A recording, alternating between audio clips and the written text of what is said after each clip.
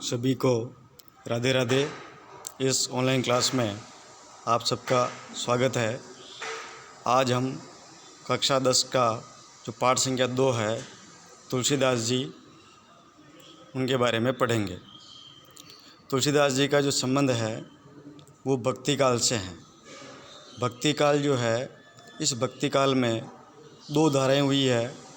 पहली सगुण भक्ति धारा, दूसरी निर्गुण भक्ति धारा। सगुण भक्ति धारा के ये जो तुलसीदास जी है वो राम भक्त कवि है, अर्थात भगवान श्री राम को मानने वाले हैं। इनका जो जन्म है वो 1532 को उत्तर प्रदेश के जो बांदा ज़िला है उसका राजापुर नामक गांव है, उसमें हुआ। इनके माता पिता की बात करते हैं तो इनकी जो माँ है उनका नाम हुलसीबाई है, वह जो पिताजी है उनका नाम आत्माराम दुबे हैं। ये जाति से सरयुपारी ब्राह्मण थे। ऐसा कहा जाता है कि इनके जन्म लेते ही ये राम बोले थे, इसलिए राम बोलने पर इनका नाम राम बोला रख दिया गया, क्योंकि इन्होंने राम बोला था। जब छोटे थे तभी ये शुरू से ही 5 वर्ष के लगते थे, तो इनको देख कर के और इनके मुंह में दांत होने के कारण माता पिता भी चिंतित हो गए थे। इनका जन्म अभुक्त मूल नक्षत्र में हुआ और इस अभुक्त मूल नक्षत्र में जन्म लेने वाला बच्चा माता पिता के लिए घातक होता है।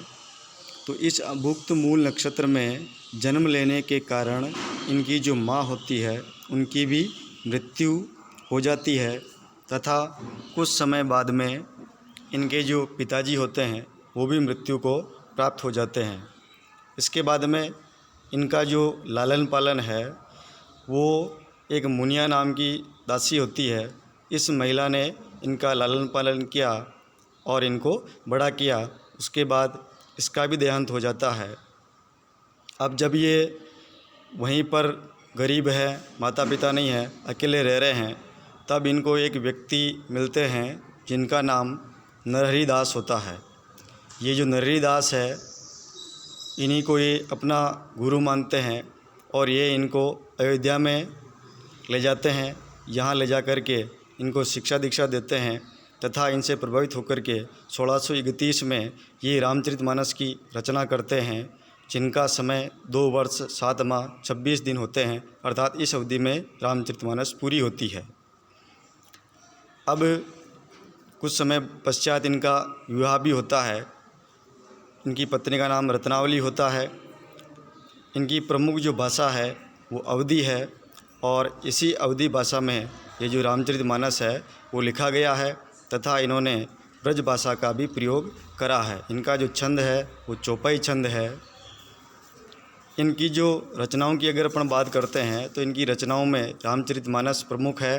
उसके बाद दूसरे नंबर गीतावली आती है। तीसरे नंबर पर कवितावली, दोहावली और जानकी मंगल आता है।